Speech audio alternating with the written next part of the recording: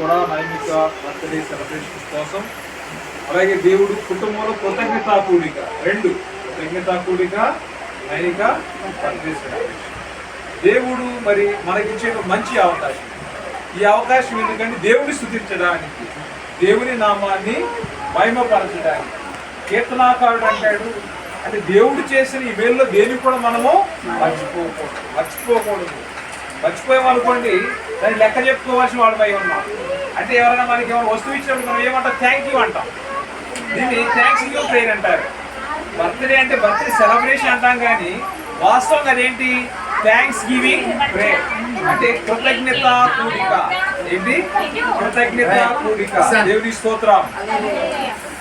మనం ఈ రోజున మనం ఏం జరుపుకుంటున్నాం? కృతజ్ఞత కూడిక. ఎందుకు? నైమికకు దేవుడు సంవత్సరం అనేటువంటి మరొక దయాకిరీటం ఇచ్చి ఉన్నాడు కాబట్టి కృతజ్ఞత కూడికను ఏర్పాటు చేసుకుని ఉన్నాం. మాస్టర్ ఈ ఫ్యాన్ ఆఫ్ చేసి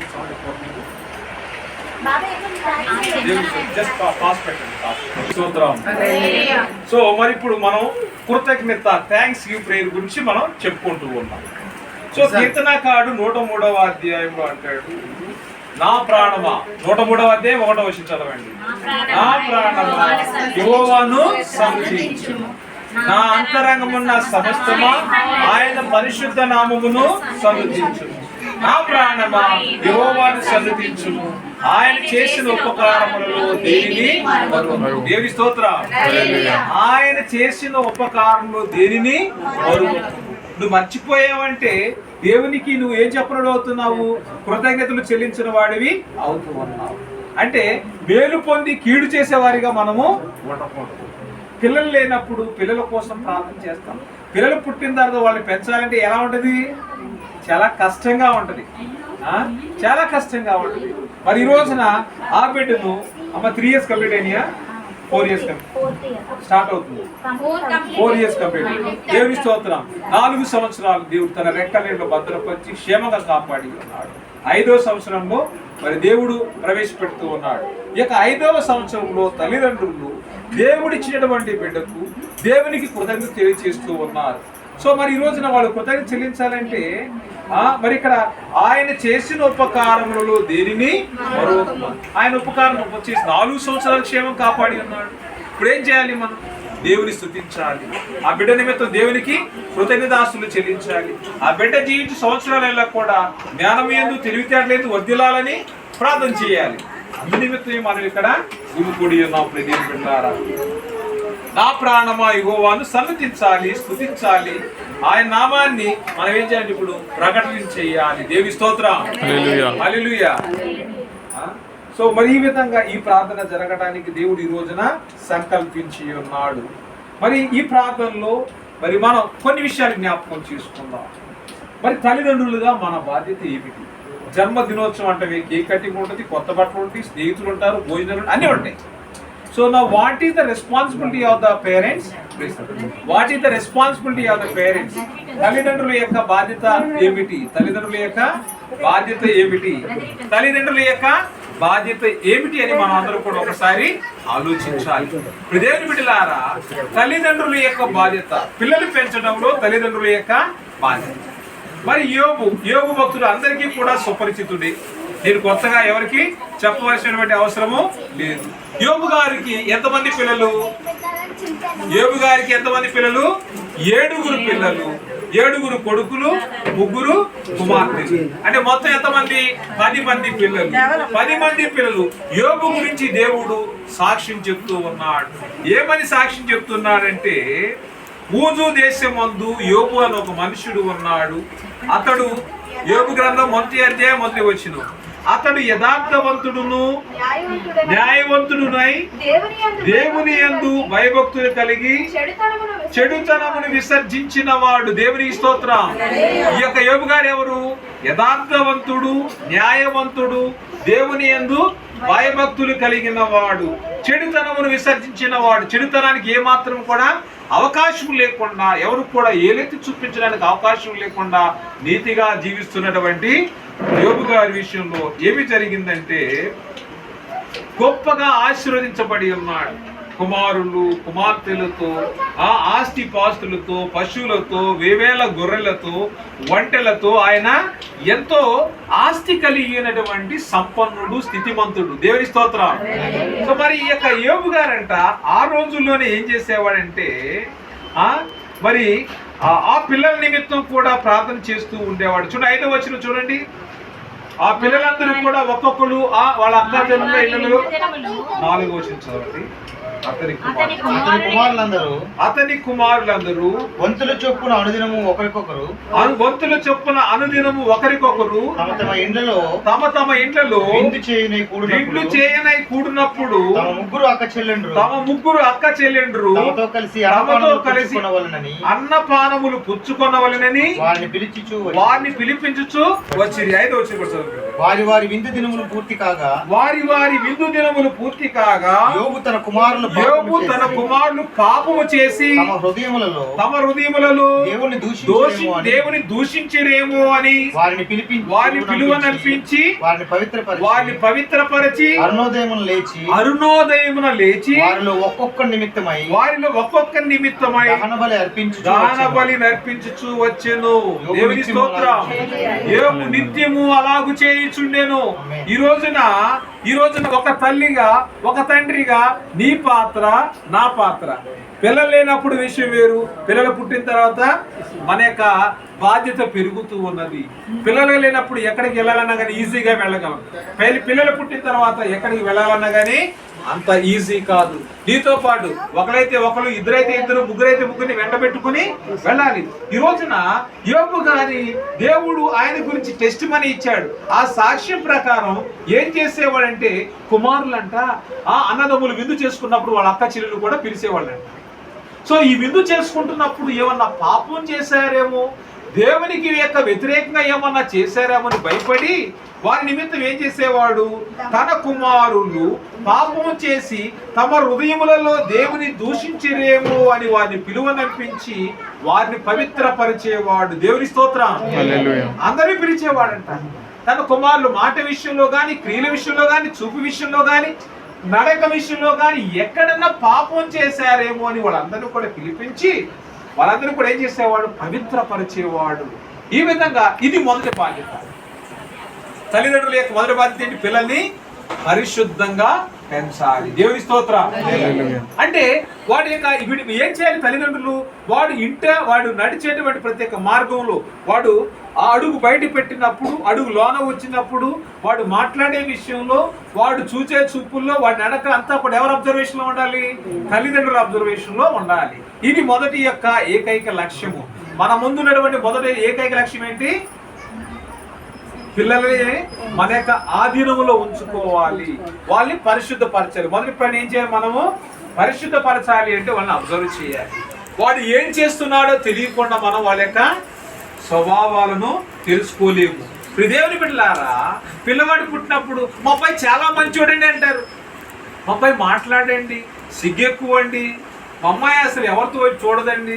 చిన్నప్పుడు ఏంటి మనం ఏమి చెప్తాం అందరికీ? మా అబ్బాయి చాలా మంచోడని చెప్తాం. వాడికి 5 సంవత్సరాలు 4 సంవత్సరాలు అని ఏం స్టార్ట్ అవుతుంది? పెంకుతనం స్టార్ట్ అవుతుంది, మూఢత్వం. వాళ్ళలో మూఢత్వం అంటది స్వాభావికముగా వచ్చిన కీర్తనాకారుడు అంటాడు. మనం ఏం చెప్తున్నాం? మా పిల్లోడు చాలా మంచోడు అంటాం. మరి 3, 4 సంవత్సరాలు 5 సంవత్సరాలు రాడు, నీ మాట అంటారా? నేను హీరోని అంటాడు వాడు. ఏమంటాడు? డాడీ నేను హీరోని అంటాడు వాడు. మనం మురిసిపోతూ ఉంటాం. వాడు పెద్ద అయిన తర్వాత ఇదే మాటలు అంటే ఆవేశపడుతూ ఉంటాం.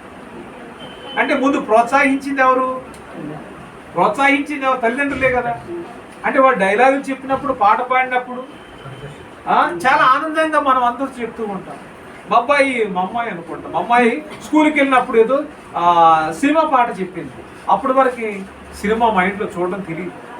నేను ఆశ్చర్యపోయి ఇది ఎలా తెలుసు అంటే కేవలం ఇది స్కూల్కి వెళ్ళటం వల్లే ఈ లక్షణం వచ్చి స్నేహితులు పాడతారు పాటలు. అంటే ఈ డైలాగులు అనేవి, ఈ పాటలు అనేవి ఎలా వీళ్ళకి వస్తున్నాయి అంటే వాళ్ళు చేసేటువంటి స్నేహం వలన, వాళ్ళు చేసేటువంటి స్నేహం వల్ల, వాళ్ళు ఉండే ప్రదేశాల వల్ల, వాళ్ళు ఎవరితో ఉంటున్నారు, ఎక్కడ ఉంటున్నారు అన్నిటిని కూడా మనం పరిశీలన చేసి పరీక్షించి వాళ్ళ నిమిత్తం ప్రే చేయాలి, ప్రార్థన చేయాలి. మరి యోబు గారు ఏం చేసేవాళ్ళు? 5వ వచనంలో 2వ భాగంలో చూడండి. అరుణోదయమున లేచి, అరుణోదయము అంటే ఎప్పుడు? ఉదయము. అరుణోదయమున లేచి వారిలో ఒక్కొక్కరి నిమిత్తమై దహన బలిని అర్పించుచూ వచ్చాను. దహన బలిని ఎందుకు అర్పించేవాడు? పాపం పోవాలంటే రక్తం చిందించాలి. అందరికి కూడా తెలిసినటువంటి వాక్యమే. పాత నిబంధన కాలంలో పాపం చేసిన ప్రతి ఒక్కసారి కూడా వాళ్ళు చేసేవాళ్ళు బలులు అర్పించేవాళ్ళు. పాపం పోవడానికి బలులు అర్పించేవాడు. యోబు భక్తుడు కూడా తన కుమార్తెలు పాపం చేశారేమోనని వారిలో ఒక్కొక్కరిని మీద అరుణోదయం లేచి, అంటే ఈ రోజున మనం తల్లిదండ్రులుగా, తల్లిగా తండ్రిగా ఏం చేయాలి? వేకువజాముని లేచి మనం ఏం చేయాలి? వాళ్ళ కోసం ప్రార్థన చేయాలి. దేవుని స్తోత్రం. ఏం చేయాలి? మొదటగా ప్రార్థన చేయాలి. నీ కుమారుని, నా కుమారుడు బాగుండాలంటే, సన్మార్గంలో పరిశుద్ధమైన మార్గంలో నడవాలి అంటే తల్లి ప్రార్థన, తండ్రి ప్రార్థన, కుటుంబ ప్రార్థన ప్రాధాన్యత సంతరించుకుని ఉన్నాయి. దేవుని బిడ్డలారా, యోబు మరి ఏం చేశాడు? కుమార్తెల్ని పరిశుద్ధపరుచుకున్నాడు. వారి పాపం పోనట్లుగా వారి కోసం బలులను అర్పించాడు.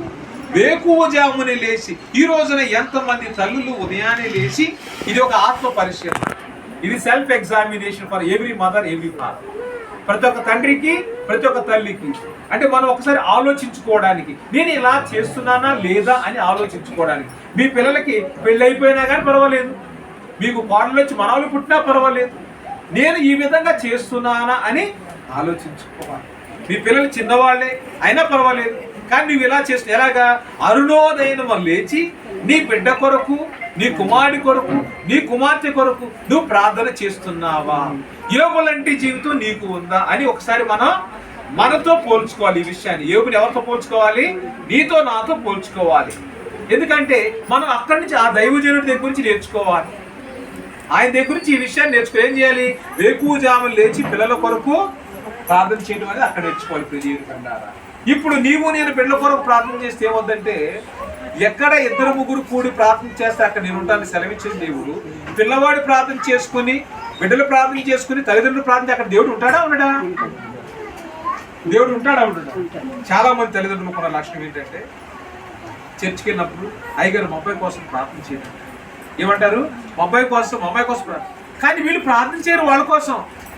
వీళ్ళు ఏం చేయరు? ప్రార్థన చేయరు. మనకి వాక్యం ఏం చెప్తుంది? ఎక్కడ 2 అన్నారు, తల్లి తండ్రి, లేకపోతే తల్లి కొడుకు, లేకపోతే తండ్రి కూతురు, ఈ విధంగా 2 కలిసి ప్రార్థన చేస్తే దేవుడు ఉంటున్నాడా? మరి అలాంటప్పుడు మనం ఏం చేస్తాం? డిపెండెన్సీ అంటాం. అంటే ఎదుటి వాళ్ళ మీద ఆధారపడడం. అంటే దేవుడే స్వయం నీతో మాట్లాడుతున్నప్పుడు నువ్వెందుకు అక్కడికి ఇక్కడికి పరిగెడుతూ ఉన్నావు? మన కుటుంబం అనేది ఒక ప్రార్థనాలయం అవ్వాలి, ఒక ప్రార్థనా గోపురం అవ్వాలి. కుటుంబంలోనే దేవుని యొక్క సన్నిధి ఈ రోజున ఏర్పాటు చేసుకోవడానికి దేవుడు మనందరినీ కూడా పిలిచి ఉన్నాడు. దేవుని బిడ్డలారా, ఎందుకంటే ఈ గృహంలో ఇంతవరకు ప్రార్థన జరగలేదని, మరి ఈ యొక్క బర్త్డే ద్వారా దేవుడు ఈ విధంగా ఈ గృహంలో ఏం ఏర్పాటు చేసి ఉన్నాడు? ఈ కూడికను, కృతజ్ఞతా కూడికను ఏర్పాటు చేసి ఉన్నాడు. కాబట్టి ఈ విషయాన్ని మనం ఫస్ట్ అబ్జర్వ్ చేయాల్సింది ఏంటంటే, ఆ బిడ్డ లేగక ముందే తల్లిదండ్రులు లేచి బిడ్డ నిమిత్తము ప్రార్థన చేయాలి. మనమందరం ప్రార్థన చేస్తాం. అందరికంటే తల్లిదండ్రుల ప్రార్థన చాలా ప్రాధాన్యత. మరి ఈరోజు దేవుని బిడ్డలారా, భూమి మీద అతని వంటి వాడు ఎవరునూ లేరు. ఎవరి వంటి? 8వ వచనం చూడండి. అందుకు యెహోవా అపవాది వచ్చేసాడు అక్కడికి. ఈయన ఈ విధంగా చేస్తున్నాడు కదా, ఈయన ఈ విధంగా బిడ్డల నిమిత్తం ప్రార్థన చేస్తూ యథార్థంగా నీతిమంతులుగా జీవిస్తుంటే ఎవరు ప్రవేశించారు? అపవాది ప్రవేశించారు. అంటే ఇప్పుడు దేవుడి స్తోత్రం చెప్పాలా? ఏం చేయాలి? ఎందుకు వచ్చాడు అపవాది ఎందుకు వచ్చాడు? మనల్ని శోధించడానికి. దాన్ని యేసుప్రభువు వారు కూడా శోధించబడ్డారు. ఏ భక్తుడు ఏమంటాడు? మీరు శోధించిన పిమ్మట ఎలా తయారవుతారు? సువర్ణం వలె తయారవుతారు. దేవుడి స్తోత్రం. సువర్ణం అనే మాట చాలా విలువైనటువంటి మాట. నువ్వు బంగారం లేక తయారవుతావు ఎప్పుడు? శోధించబడిన పిమ్మట. అందుకే ఇప్పుడు ఎవరు ఎంటర్ అయ్యారు? అపవాది యోబు దగ్గరికి వచ్చేసారు. యథార్థంగా న్యాయంగా నడుస్తున్నటువంటి యోబు దగ్గరికి వచ్చేసారు. 8వ వచనంలో చూడండి అమ్మా. అందుకు యెహోవా అందుకు యెహోవా, నీవు నా సేవకుడైన యోబు సంగతి ఆలోచించితివా? అతడు యథార్థవంతుడును న్యాయవంతుడునై దేవుని యందు భయభక్తులు కలిగి చెడుతనమును విసర్జించినవాడు. భూమి మీద అతని వంటి వాడు ఎవడును. దేవునికి స్తోత్రం. హల్లెలూయా హల్లెలూయా. 2 సార్లు చెప్పాడు దేవుడి వాక్యాన్ని. మొదటి వచనంలో చెప్పాడు, 8వ వచనంలో. అంటే ఒకసారి చెప్పాడు, రెండోసారి దాన్ని ఏం చేస్తున్నారు? కన్ఫర్మ్ చేస్తున్నారు, దాన్ని రూఢీపరుస్తున్నాడు. ఇది నిజము, ఇది యథార్థము, ఇది యథార్థం. ఇంక ఎవరు కూడా వేలెత్తి వేరే మాట పలకటానికి వీలు లేకుండా దేవుడు దాన్ని తీర్మానం చేస్తూ ఉన్నాడు. 2 సార్లు చెప్పాడు దేవుడు. అలాగా నీ గురించి నా గురించి తల్లిదండ్రులుగా ఈ రోజుల్లో పిల్లల్ని బట్టి ఒకప్పుడు ఏమనేవాళ్ళు? ఇల్లు చూడు ఇలాగ చూడు అనేవాడు. ఇప్పుడు ఎవరు చూస్తున్నారు? పిల్లవాడిని చూడు. ఎవరు చూడాలి ఇప్పుడు? ఎవరు చూడాలి? పేరెంట్స్ని కాదు, పిల్లోడిని చూడాలి ఫస్ట్. ఎందుకని?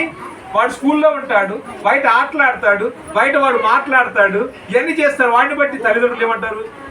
వీడి పెంపకం బాగోలేదంటారు. ఫస్ట్ బ్లేమ్ ఎవరికి వస్తుంది? పేరెంట్స్కి వస్తుంది. ఎందువల్ల? మన పిల్లలు సక్రమంగా ప్రవర్తించకపోవడం వల్ల ఫస్ట్ బ్లేమ్ ఎలా వస్తుంది? తల్లిదండ్రుల మీదకి వచ్చేస్తుంది. పిల్లల్ని ఎవరు ఉండరు. సో ఈ విషయంలో కూడా తల్లిదండ్రులుగా మనము కరెక్ట్ చేసుకోవాలి. నా పిల్లలైనా సరే నేను కరెక్ట్ చేసుకోవాలి, మీ పిల్లలైనా సరే మీరు కరెక్ట్ చేసుకోవాలి. ఇది ఒక అవకాశం, దేవుడు మనకి ఇచ్చిన అవకాశం. యోబు విషయంలో మరి భూమి మీద అతని వంటి వాడు ఎవడునూ లేడు. అంత యథార్థంగా, అతి న్యాయంగా, నీతిగా బ్రతికిన వాడు వేరే ఒకడు లేరు అని చెప్పేసి మరి వాక్యం సెలవిస్తున్నది. అలాగే మన నూతన నిబంధనలో కూడా పాత నిబంధనకి నూతన నిబంధనకి, అంటే ఓల్డ్ టెస్టిమెంట్కి న్యూ టెస్ట్ 400 సంవత్సరాల సైలెంట్ పీరియడ్ ఉందండి. నిశ్శబ్ద కాలము అంటారు, డార్క్ పీరియడ్ అంటారు చాలా మంది. అంటే ఈ 400 సంవత్సరాల్లో దేవుని యొక్క మాట కరువైపోయింది. ఏమి జరిగిందో ఎవరికి అర్థం కాలేదు. మేకా గ్రంథం తర్వాత, మలాకీ గ్రంథం తర్వాత, మలాకీ గ్రంథమే కదా చివరి అధ్యాయము. మలాకీ తర్వాత మళ్ళీ మత్తయి సువార్త మధ్యలో ఎన్ని సంవత్సరాలు గ్యాప్ వచ్చిందండి? 400 సంవత్సరాల గ్యాప్ వచ్చింది. ఈ 400 సంవత్సరాల గ్యాప్ వచ్చినప్పుడు దేవుడు మనుషులతో మాట్లాడాడండి, ఎక్కడ రాయబడలేదు. ఈ సైలెంట్ పీరియడ్ లో మరి దేవుడు ఒక వ్యక్తితో మాట్లాడాడండి. ఎవరైనా? లూకాసు వార్త మొదటి అధ్యాయం తీసుకోండి. లూకాసు వార్త 4 సంవత్సరాల సైలెంట్ పీరియడ్ తర్వాత దేవుడు లూకాసు వార్తలో ఒక వ్యక్తితో మాట్లాడుతూ ఉన్నాడు. మొదటి అధ్యాయము 5వ వచనము. యోదయ దేశపు రాజైన హేరోదు దినములలో అబియా తరగతిలోనున్న జకర్యా అను ఒక యాజకుడు ఉండెను. అతని భార్య అహరోను కుమార్తెలలో ఒకతే. ఆమె పేరు ఎలిజబెతు. వీరిద్దరు ప్రభు యొక్క సకలమైన ఆజ్ఞల చొప్పునను న్యాయవిధుల చొప్పునను నిరపరాధులుగా నడుచుకొనుచు దేవుని దృష్టికి నీతిమంతులై ఉండిరి. ఎలిజబెతు గొడ్రలందిన వారికి పిల్లలు లేకపోయి మరియు వారిద్దరు బహుకాలము గడిచిన వృద్ధులైరి. వీడు కూడా ఎలా ఉన్నారండి? ఎలా ఉన్నారు? న్యాయంగా ఆ దేవుని యొక్క సకలమైన ఆజ్ఞల చొప్పులను న్యాయ విధుల చొప్పులను నిరపరాధులుగా నడుచుకొనుచు దేవుని దృష్టికి నీతిమంతులుగా ఉండిరి. దేవుని స్తోత్రం. అలా వయసు అయిపోయింది కానీ యథార్థత కోల్పోలేదు. దేవుని యొక్క ఆజ్ఞలు మేరలేదు. న్యాయంగా నడుస్తున్నారు, న్యాయంగా బ్రతుకుతున్నారు. మరి ఈ రోజుల్లో మనమైతే వేరే మార్గాల్ని ఫ్రాడ్యులెంట్ మెథడ్స్ అంటారు. అంటే మనం త్వరగా అభివృద్ధి చెందాలంటే ఏదో ఒక చెడు మార్గాన్ని ఎంచుకుంటాం. త్వరగా ఏదైనా సాధించాలి అంటే ఏదో లంచం ఇస్తాం, కరప్షన్. అంటే ఇచ్చేవాడికి ఎంత పాత్ర ఉందో పుచ్చుకునేవాడికి కూడా అంటే ఇద్దరు రెస్పాన్సిబులే. ఆ విధంగా మనం ఆ విధానంలో ఉన్నాం. కానీ ఈరోజు జనరేషన్ అయితే ఆ జనరేషన్లోనే యోబు యథార్థం కాపాడుకున్నాడు. జకర్యా కూడా దేవుని దృష్టికి నీతిమంతుడై ఉన్నాడు. దేవుని స్తోత్రం. అయితే ఈ నీతిమంతుని ప్రార్థన దేవుడు విన్నాడు. చూడండి ఇక్కడ అదే అధ్యాయము 13వ వచనం. అప్పుడు ఆ దూత అతనితో జకరియా భయపడకుము, నీ ప్రార్థన వినబడినది, నీ భార్య అయిన ఎలిసబెతు నీకు కుమారుని కనును, అతనికి యోహాను అని పేరు పెట్టుదువు. దేవునికి స్తోత్రం. హల్లెలూయా. ప్రవక్తలందరూ కూడా అయిపోయిన తర్వాత నూతన నిబంధనలో మొదటి ప్రవక్త అయిన దేవునికి స్తోత్రం. హల్లెలూయా. దేవుని పెట్టారా 400 సంవత్సరాల తర్వాత దేవుడు ప్రత్యక్షంగా ఎవరితో మాట్లాడాడంటే జకరియా ఎలిజబెత్ తో మాట్లాడాడు. దేవుని స్తోత్రం. అంటే దేవుడు నీతో నాతో మాట్లాడా అంటే మాట్లాడతాడు, ఖచ్చితంగా మాట్లాడతాడు. మాట్లాడే దేవుడు మన దేవుడు, మాట్లాడే దేవుడు. మన దేవుడు ఎవరండి? ఆయన మాట్లాడకుండా మోగవాడి కాదు, ఆయన కన్ను లేని గుడ్డివాడు కాదు. మనది ఆరాధిస్తున్నటువంటి దేవుడు ఓమ్ని ప్రెసెంట్ అంటారు. అంటే ఓమ్ని ప్రెసెంట్ సర్వంతర్యామి. ఓమ్నిషెంట్ అంటే సర్వజ్ఞాని, ఓమ్ని పెటెంట్ సర్వమును చేయగలిగిన వాడు. ఈ విధంగా మన యొక్క దేవుని యొక్క సుగుణాలు అలాంటి వాడిని మనం ఆరాధిస్తూ ఉన్నాం. మరి ఆమె బహుకాలము గడిచినటువంటి వృద్ధురాలైపోయింది.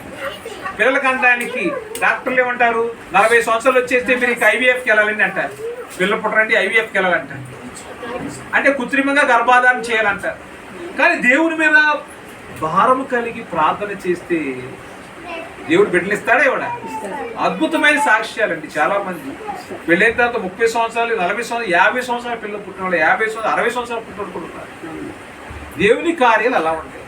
ఎందుకంటే ఇప్పుడు ఏం కోల్పోకూడదు అక్కడ? నీతిని కోల్పోకూడదు, యథార్థతను కోల్పోకూడదు, న్యాయమును కోల్పోకూడదు, దేవుని యొక్క ఆజ్ఞలను మీరకూడదు. అప్పుడు ఏమన్నారు? నీ ప్రార్థన వినపడినది, నీ భార్య అయిన ఎలిజబెతు నీకు కుమారుని కను, అతనికి యోహాను అని పేరు పెట్టును. ఈ యొక్క యోహాను ఎవరంటే యేసు ప్రభు వస్తున్నాడని మనకు మార్గం చూపించడానికి వచ్చినటువంటి భక్తుడు. దేవుని స్తోత్రం. హల్లెలూయా. మార్గచూపరి. ఈయన ఎవరంటే మార్గచూపరి. ఎవరికి? యేసు ప్రభు వారి యొక్క రాకడకు మార్గచూపరి ఈయన. మరి ఈ రోజున మరి ఈ యొక్క యోహాను గారు చెప్పారు, యేసు ప్రభు వారు చెప్పారు, శిష్యులు చెప్పారు, అనేక మంది సేవకులు చెప్పారు, సేవకురాలు చెప్పారు. ఈ రోజున మన జీవితం ఏమిటి? మన జీవితము ఏమిటి? 2 వ్యక్తులు చూసాం మనం ఈ రోజున. 3వ వ్యక్తి ఉన్నాడు, మనోహ కూడా ఉన్నాడు. న్యాయాధిపతుల గ్రంథము 13వ అధ్యాయంలో మనోహ ఉన్నాడు. ఆయన కూడా దేవుని దృష్టికి యథార్థంగా నడిచిన వాడు. పిల్లలు లేకపోతే వారికి ఎవరినిచ్చాడు దేవుడు? సంసోనునిచ్చాడు. అంటే నాజీరు చేయబడిన వాడు. ఈ సంసోను ఎవరు? నాజీరు చేయబడి. అంటే మనం వ్రతం చేస్తాం. మనం అందరం కూడా అన్యులుగా ఉన్నప్పుడు వ్రతాలు చేసిన వారి అందరూ కూడా వ్రత దినాలు ప్రతిష్ఠించుకొని పూజలు మరి ఇవన్నీ కూడా చేసిన వాళ్ళే. మరి న్యాయాధిపతి గ్రంథము 13వ అధ్యాయంలో చూసినట్లయితే ఈ భక్తుల గురించి కూడా 2 మాటలు చూద్దాం. న్యాయాధిపతుల గ్రంథము 13వ అధ్యాయము 2వ వచనం చూడండి. ఆ కాలమున దాను వంశస్థుడును జొరియా పట్టణస్థుడునైన మనోహాను ఒకడు ఉండెను. అతని భార్య గొడ్రాలై కానుపు లేక ఉండెను. యెహోవా దూత ఆ స్త్రీకి ప్రత్యక్షమై, ఇదిగో నీవు గొడ్రాలవు, నీకు కానుపు లేకపోయెను, అయితే నీవు గర్భవతివై కుమారుని కందువు. కాబట్టి నువ్వు జాగ్రత్తగా ఉండి ద్రాక్షారసమునే గాని మద్యమునే గాని త్రాగకుండుము, అపవిత్రమైన దేనినైనను తినకుండుము. నీవు గర్భవతివై కుమారుని కందువు. అతని తల మీద నగల కత్తి వేయకూడదు. ఆ బిడ్డ గర్భమున పుట్టిన మొదలుకొని దేవునికి నాజీరు చేయబడిన వాడై ఫిలిష్తీయుల చేతిలో నుండి ఇశ్రాయేలును రక్షింప మొదలుపెట్టినని ఆమెతో చెప్పి ఉన్నాడు. దేవుని స్తోత్రం. హల్లెలూయా. నాజీరు అంటే అక్కడ మూల భాషలో ఏమి రాయబడి ఉంది? వ్రతము అని రాయబడి ఉంది. అంటే మీరు రాజులైన యాజక సమూహమును, పరిశుద్ధ జనమును, దేవుని సొత్తు అయిన వారై ఉన్నారని చెప్పేసి ఎవరు చెప్తున్నారు? పేతురు గారు చెప్తున్నారు. అవునా? పేతురు గారు చెప్తున్నారు. సో మనము ఆర్డినరీ పీపుల్ కాదు, సామాన్యులము కాదు. ఎవరి మనము? రాజులు. We are the kings, we are the holy people. మనమే రాజులమి, మనమే యాజకులమి. మనల్ని పరిశుద్ధ జనముగా దేవుడు పిలుస్తూ ఉన్నాడు. అంటే దేవుళ్ళలో కడగబడినటువంటి ప్రతి ఒక్కడు కూడా పరిశుద్ధుడే. మరి ఈ రోజున దేవుని బిడ్డలారా, మనము దేవుని సొత్తు అయినటువంటి వారము. అందుకే ఈ రోజున మరి సంసోను విషయం, గర్భంలో ఉన్నప్పుడే తల్లిని నువ్వు అపవిత్రమైన దాన్ని దేన్ని కూడా తినొద్దు. మరి మొదట ఎవరు పవిత్రపరిచారు కుమారుల్ని? యోబు తన కుమారుల్ని పవిత్రపరిచాడు. మరి రెండవది మనం ప్రార్థన అరుణోదయం ప్రార్థన చేశారని తెలుసుకున్నాం. అలాగే నువ్వు ప్రార్థన చేస్తుంటే బహుకాలం వృద్ధుడు అయినా కానీ వృద్ధురాలైనా కానీ నీ ప్రార్థన వింటాడని జకరయ్య ఎలిజబెత్ల ద్వారా దేవుడు తెలియజేశాడు ప్రార్థన.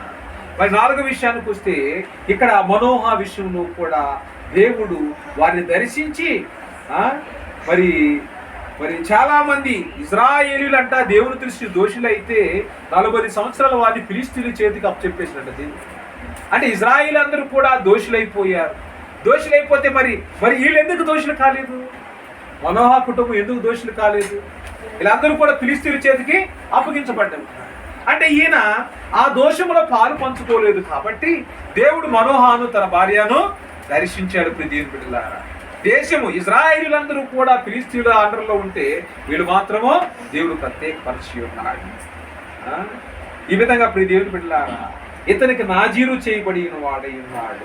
8-9 వచనాలు చూసినట్లయితే, అందుకు మనోహ, నా ప్రభువా, నీవు పంపిన దైవజనుడు మరలా మా యొద్దకు వచ్చి పుట్టబోవు ఆ బిడ్డకు మేము ఏమేమి చేయవలనో దాన్ని మాకు నేర్పునట్లు దయచేయమని యెహోవాను వేడుకొనగా దేవుడు మనోహ ప్రార్థన ఆలకించిన గనుక ఆ స్త్రీ పొలంలో కూర్చుండగా దేవుడు ఆమెను దర్శించాడు. ఇప్పుడు తల్లిదండ్రులు ఏం చేయాలి? ప్రార్థన చేశారు. మేము పుట్టబోవు ఆ బిడ్డకు ఏమేమి చేయాలో, ఎలా పెంచాలో మాకు నేర్పించమని ఎవరు అడిగారు? దేవుని అడిగారు. దేవుని అడిగితే దేవుడు ఏం చేసి దూతను పంపించి ఉన్నాడు. దేవుని స్తోత్రం. ఇప్పుడు మనం కూడా మన బిడ్డల విషయంలో ఇప్పుడు ఏం చేయాలంటే, వీళ్ళని ఏం చేయాలంటే, చాలా మంది దేవునికి సమర్పించుకుంటారు. బిడ్డల్ని పుట్టినప్పుడే ఏం చేస్తారమ్మా? దేవుని సమర్పించుకోవడం అంటే ఇక్కడ నాజీరు చేయడం. సమర్పించుకోవడం అంటే ఇక్కడ నాజీరు చేయడం. నాజీరు చేయబడిన వాడు అన్ని చేయడానికి అవకాశం ఉందా? తాగటానికి, తిరగటానికి, ఇంకా వేషాలు వేయడానికి అవకాశం ఉందా? లేదు. ఏ అవకాశాలు లేవు. అన్ని దారులు మూసుకుపోయినాయి. ఎవరికి? నాజీరు చేయబడిన వాడికి ఒక ప్రత్యేకమైనటువంటి పద్ధతిలో ఉండాలి. మనమందరం కూడా మన యొక్క సహోదరులు, మన బంధువులు, రక్త సంబంధం మాల వేసుకుంటారు. అయ్యప్ప మాల కానీ, దుర్గమాత మాల కానీ, లేకపోతే ఏదో మాల వేసుకుంటారు. క్రైస్తవుల్లో కూడా ఈ రోజుల్లో మాల వేసుకునే వాళ్ళు ఉన్నారు. 40 రోజులు ఉపవాస దినాలు.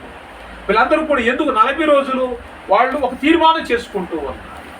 ఈ తీర్మానము క్రైస్తవులుగా, క్రైస్తవ తల్లి తండ్రిగా మనము మరి తీర్మానం చేసామంటే ప్రతిష్ఠ చేస్తూ ఉన్నాం. దేవుడు, నా బిడ్డను నీ యొక్క సేవలో ఉపయోగపడే విధంగా నేను సమర్పిస్తున్నాను ప్రభు అంటే వాడు ప్రత్యేకించబడిన వాడు.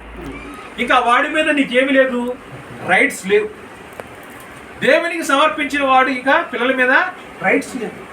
వాడిని ఇప్పుడు ఏం చేయాలి? తల్లిదండ్రులు దేవుని సేవలో ఉపయోగపడే విధంగా మనం అందరం కూడా వాడిని పెంచాలి. పిల్లవాడిని దేవుని యొక్క పనిలో వాడబడేవాడిగా పెంచాలి.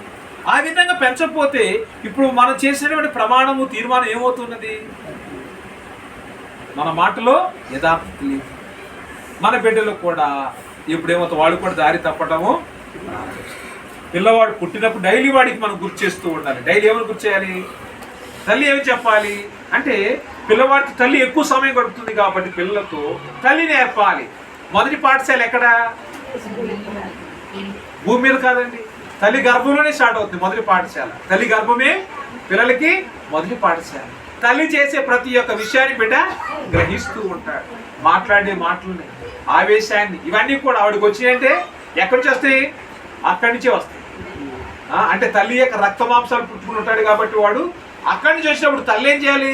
తల్లి తాను ప్రెగ్నెన్సీలో ఉన్నప్పుడు ప్రతి ఒక్క విషయంలో కూడా చాలా కేర్ఫుల్గా ఉండాలి. లేకపోతే నీ యొక్క ప్రభావము నీ మీద ఎవరి మీద పడుతుంది? బిడ్డ మీద పడుతుంది. అందుకే దావీదు, నా తల్లి గర్భములో ఉన్నప్పుడే నేను పాపం చేసిన వాడు. ఎవరు? 51 నిన్నే ధ్యానం చేసేవాడు. నా తల్లి గర్భంలో ఉండగా నా తల్లి నన్ను ఏ లోకంలో కంది? పాపం లోకంలో కంది. మరి ఇప్పుడు నా తల్లి గర్భంలోనే నేను పాపం చేసేవాడు అంటే తల్లి చేసినటువంటి పాపం, మనం జీవించినటువంటి పాపంలోకి మన బిడ్డలు ఏం చేస్తున్నాయి? పాడు చేస్తున్నాయి. సో ఈ రోజున మనం ఏం చేయాలి? మనం ఏం చేయాలంటే నువ్వు అపవిత్రాలు కాకుండా అపవిత్రమైన దాన్ని ముట్టుకోవద్దన్నారు, తినొద్దన్నారు, తాగొద్దన్నారు, చేయొద్దన్నారు. కాబట్టి కుటుంబంలో ఎప్పుడైతే మనం వీటిని ఆపుతామో అప్పుడు మన బిడ్డలు పరిశుద్ధంగా ఉంటారు. హల్లెలూయా, హల్లెలూయా, హల్లెలూయా. మొదటి మాట ఎక్కడ స్టార్ట్ అవ్వాలి? పిల్లలు రావాలా, తల్లిదండ్రులు రావాలా? ఎవరు రావాలి? తల్లిదండ్రులు రావాలి. పిల్లల జీవితం దేవుని బిడ్డలారా అనుకరణ అంటే ఇమిటేషన్. వాళ్ళు మనల్ని ఇమిటేట్ చేస్తూ ఉన్నారు. పిల్లలు మనల్ని ఇమిటేట్ చేస్తున్నారు. కాబట్టి ఈ విషయంలో చిన్నపిల్లలు చాలా మంది ఉన్నారు. చాలా జాగ్రత్తగా ఉండాలి. వాళ్ళు పెంచే విధానంలో, వాళ్ళు నడిపించే విధానం, పెట్టే ఆహారం విషయంలో అయితేనేమి, వాళ్ళ జీవితంలో తీసుకునే నిర్ణయాలనేమి మనం చాలా జాగ్రత్తగా ఉండాలి. It is a lesson to me. నాకు ఒక పాఠం ఇది అనుకోవాలి. నాకు ఒక పాఠం అనుకోవాలి. అంతేగాని ఇది ఎవరికో నా పిల్లలు లేదు, నా పిల్లలు పెద్దవాళ్ళు అనుకోవడానికి వీలు లేదు, అసలు వీలు లేదు. తల్లిదండ్రులు మన యొక్క దేవుడు ఇచ్చిన ఆయుష్కాలం ఉన్నంత కాలము మన పిల్లల కొరకు వాళ్ళ యొక్క జీవితంలో వాళ్ళ ఎదుగుదలకు కారణమై ఉన్నాము. అందుకే దావీదు భక్తుడు అంటాడు 147 కీర్తనలు అనుకుంటా, మా కుమార్తెలకు నగరనకై చెక్కినటువంటి మూల ఖంబములుగా ఉన్నారు. నగరనకంటే ఈ యొక్క ఇజ్రాయేలు స్త్రీలకు ఇదేం పెట్టారా? సౌందర్యం కలిగినటువంటి వారు. భూమి మీద అందగత్తులు ఎవరన్నా ఉన్నారంటే ఈ యొక్క ఇజ్రాయేలు స్త్రీలు చాలా చక్కని వారు, అందమైన వారు. అందుకే యోబు కుమార్తెలు కూడా వాక్యం సెలవిస్తున్నారు, భూమి మీద యోబు కుమార్తెలు అంతటి సౌందర్యం కలిగిన వారు ఇంకా ఎవరున్నూ లేరని ఉంది. అంటే ఈ రోజున మన పిల్లలు బాహ్య రూపంలో సౌందర్యం కాదు, అంతరంగములో సౌందర్యమును దేవుడు క్రైస్తవ బిడ్డలు కలిగి ఉండాలని దేవుడు చెప్తున్నాడు. హల్లెలూయా, హల్లెలూయా. అంటే తల్లిదండ్రులు ఎక్కడ సౌందర్యం కలిగి ఉండాలి? అంతరంగములో సౌందర్యం కలిగి మన బిడ్డల్ని అందంగా తయారు చేయాలి. అంతేగాని పౌడర్ రాయటం, మేకప్లు చేయటం. చర్చి టైం అయినా కానీ కొంతమంది పౌడర్ రాస్తా ఉంటారు. చర్చి టైం అయినా కానీ పౌడర్ తల్లుతూనే ఉంటారు. ఇప్పుడు ఎవరు రెస్పాన్సిబుల్? తల్లా తండ్రా? చర్చికి లేట్ అయ్యమంటే ఎవరు కారణం? తల్లే. దేవుడు ఏం చూడలేదు? అందాన్ని చూడడం లేదు. దేవుడు కావాల్సిన నీ హృదయంగా, నీ అందం కాదు. సో ఫస్ట్ ప్రయారిటీ వాడికి, ఒరే బాబు నువ్వు బట్టలు వేసుకుంటే సార్ ముందు అర్జెంట్గా రారా అంటే వాడికి కూడా ఏం అలవాటు అవుద్ది? టైమింగ్ అలవాటు అవుద్ది. అంతేగాని కొన్నిసార్లు మా జీవితంలో కూడా ఆ శోధన వచ్చింది. ఎందుకంటే దేవుడి మాటలు మాట్లాడుకుంటున్నాం, ఏమి సీక్రెట్ మీటింగ్ కాదు, అందరూ నేర్చుకోవాల్సిన విషయాలు ఇవన్నీ కూడా. కాబట్టి ఇప్పుడు దేవుని బిడ్డలారా మన కుమార్తెలు, మన కుమారులు ఎక్కడ కూడా అందంలో కానీ వాళ్ళ ఎదుగుదలలో కానీ ఎలాంటి లోపం ఉండకుండా సరి చేయవలసినటువంటి అవసరము దేవుడు ఈ రోజున ఉందని మనందరికి కూడా తెలియచేస్తున్నాడు. కాబట్టి we need to correct our self. First మనం మార్చుకుంటే మన పిల్లలు మారుతారు. ఈ యొక్క జన్మదినోత్సవం, నైనిక జన్మదినోత్సవం మనందరికీ కూడా ఒక హెచ్చరిక. ఇది ఒక హెచ్చరిక, వార్నింగ్ టు ఆల్ పేరెంట్స్. ఎందుకు చెప్తున్నానంటే దేవుడు చాలా విషయాలు మాట్లాడాడు. నేను ఇవన్నీ కూడా మాట్లాడదామని ప్రిపేర్ రాలేదు, కానీ ఇక్కడికి వచ్చిన తర్వాత దేవుడు ఒక్కొక్క విషయాన్ని బయలుపరుస్తూ ఉన్నాడు. కాబట్టి దీన్ని మనం పాజిటివ్ మైండ్తో తీసుకోవాలి. ఎలా తీసుకోవాలి? పాజిటివ్ మైండ్ అంటే మంచి, నా కోసము అని చెప్పేసి, అంటే నేను ఎలా ఉన్నానని కాదు, కానీ మా కోసం చెప్పారు, మా కుటుంబం కోసం, మా బిడ్డల కోసం ఈ యొక్క వాక్యం దేవుడు మాట్లాడాడని తెలుసుకోవాలి. ప్రియ దేవుని బిడ్డలారా, అయితే వాక్యం ఏమని సెలవిస్తుందంటే సామెతల గ్రంథము 9వ అధ్యాయం 11వ వచనము, నా వలన నీకు దీర్ఘాయువు కలుగును, నా వలన నీకు దీర్ఘాయువు కలుగును. సామెతల గ్రంథము 9:11. నీవు జీవించు సంవత్సరములు అధికములగును. దేవుని స్తోత్రం. ఎప్పుడవుతాయి అంటే నా వలన నీకు దీర్ఘాయువు ఎప్పుడు వస్తూ ఉంది? నా వలన నీకు దీర్ఘాయువు ఎప్పుడు వస్తూ ఉంది? నా వలన నీవు జీవించే సంవత్సరం అధికం ఎప్పుడవుతాయి? దాని ముందు వాక్యం చూడండి. యెహోవా యందు భయభక్తులు కలిగించుటయే జ్ఞానమునకు మూలము. పరిశుద్ధ దేవుని గురించిన తెలివియే వివేచనకు ఆధారము. ఎప్పుడైతే దేవుని యందు భయభక్తులు కలిగి ఉంటామో మనకేమొస్తుంది? జ్ఞానం వస్తుంది. ఎప్పుడైతే పరిశుద్ధ దేవుని గురించిన వివేకము కలిగి మనము జీవిస్తామో ఆ యొక్క దేవుని ఆధారం చేసుకుని మనం ఆలోచించి దాన్ని పరీక్ష చేసి మన బిడ్డల్ని ఆ మార్గంలో నడిపిస్తామో అప్పుడు మన బిడ్డలకి ఏమొస్తుంది? దీర్ఘాయువు వస్తుంది. దీర్ఘాయువు వస్తుంది. అంతేగాని వచ్చే పిల్లడు వచ్చాడని చెప్పేసి కాడు దండం పెట్టింది దీర్ఘాయుష్మాన్ బాబు అన్నాం అనుకోండి, వాడికి రాదు. జై చిరంజీవి అన్నాం అనుకోండి, రాదు. ఫస్ట్ వాడికి దైవ భక్తిని నేర్పాలి. ఏమి నేర్పాలి? దైవ భక్తిని నేర్పితే మా దేవుడు నన్ను చూస్తున్నాడనే భయం కలిగినప్పుడు, ఇప్పుడు సర్వే సీసీ కెమెరాలు పెడతాం. చాలా మంది తల్లిదండ్రులు కుటుంబాలు సీసీ కెమెరాలు పెట్టారు. ఎందుకు పెట్టారు? వాళ్ళు ఆఫీస్కి వెళ్ళినప్పుడు పిల్లలు ఏం చేస్తున్నారో తెలియట్లేదు. తెలుసుకోవాలంటే ఆఫీస్లో ఉండి కూడా సీసీ కెమెరాలు క్లియర్ కనపడతాయి. సో ఇప్పుడు అంత అబ్జర్వేషన్లో ఉన్న వాడిని మరి తల్లిదండ్రులు అంతగా పట్టించుకుని వాడి ఎదుగుదల గురించి ఆలోచిస్తున్నప్పుడు మరి తల్లిదండ్రులు వాడు మాట్లాడలేదు కాబట్టి సీసీ కెమెరా పెట్టారు. ఇప్పుడు మన బిడ్డలైతే మన దైవభక్తులు పెంచితే వాడి దేవుని భయాన్ని క్రియేట్ చేయాలి. దేవుని భయాన్ని క్రియేట్ చేసినప్పుడు దేవుడు ఏం చేస్తున్నాడు? నా వలన నీ బిడ్డలకు దీర్ఘాయుష్ని ఇస్తున్నాను అంటున్నాడు. 28వ వచ్చిన 128వ అధ్యాయము కీర్తన 128 వచ్చిన ఏంటి? నీ బిడ్డలు నీ బల్ల చుట్టూ ఒలీవ మొక్కల వలె ముందు. ఇది ఎలా ఉంటారంట? ఒలీవ మొక్కలు ఉన్నవారు. మరి యోబును మొదట ఆశీర్వదించిన దానికంటే అధికముగా దేవుడు 2 ఆశీర్వాదం ఇచ్చి ఉన్నాడు. ఈ రోజు మనం ప్రార్థన చేస్తే మన బిడ్డలు చదువు విషయంలో ఎంత యావరేజ్ అయినా కానీ చాలా మంది ఎగ్జామ్స్ ఫోబియా అంటారు. పిల్లలు వస్తే మన ప్రార్థనకి తీసుకెళ్తాం కూడా మానేస్తాం పిల్లలు. నేను బెస్ట్ ఎగ్జాంపుల్. దానికి ఎందుకు చెప్తున్నానంటే మన పిల్లలు చదివి చిన్న పిల్లలు వాళ్ళందరూ కూడా చదివేది చిన్న క్లాసులు అయినా కానీ భయము, వారికి భయం. ఏమని మా పిల్లలు బాగా ఫస్ట్ ర్యాంక్ రావాలని ఆలోచనతో మనం ఏం చేస్తాం? చర్చిని కూడా మానిపించి చదివిస్తూ ఉంటాం. ఆగండి అమ్మా, చదివిస్తుంటారు. అర్థమైందా? మనం చదువుకి ఎక్కువ కాన్సన్ట్రేషన్ చేస్తూ ఉంటాం. కానీ మన పిల్లల విషయంలో దేవునికి మనం ఫస్ట్ ప్రయారిటీ ఇవ్వాలి. పిల్ల అప్పుడు వాడికి నా దేవుడు నాకు ఇస్తాడు జ్ఞానం. అంటే చాలాసార్లు నేను కూడా ఏం చేసేవాడంటే బోల్ట్ పెట్టుకుని ఆ దేవుడితో గంట గడిపి మిగిలిన పనితో కూడా చదువుతూ ఉండేది. ఉదయం నుంచి దాదాపు 20 hours చదివేవాడు రోజు, 22 hours చదివిన రోజులు కూడా, నిద్రపోకుండా చదివిన రోజులు ఉన్నాయి. ఇప్పుడు దీని నేను బైబిల్ ట్రైన్ ఆ విధంగా చదివేవాడిని. కానీ చివరికి రిజల్ట్ ఎలా ఉండేదంటే అంతగా ఆశించినంతగా ఉండేది కాదు. అంటే దేవుడికి కంప్లీట్గా నేను ఎక్కడ నేర్చుకున్నానంటే ఈ విషయాన్ని, నా స్నేహితులు కొంతమంది ఎగ్జామ్స్ అప్పుడు కూడా చర్చికి వెళ్ళి యథావిధిగా సువార్త చేస్తూ ఉండేవాడు. నేను క్యాథలిక్ బ్యాక్గ్రౌండ్లో వచ్చిన వాడు. వాళ్ళందరూ కూడా ప్రొటెస్ట్ చేసి ఈ విధంగా చూసినప్పుడు నిజంగా వీడేంటారు బాబు ఎగ్జామ్స్ వస్తే ఈ పనులు చేస్తున్నట్టు అనుకునేవాడిని.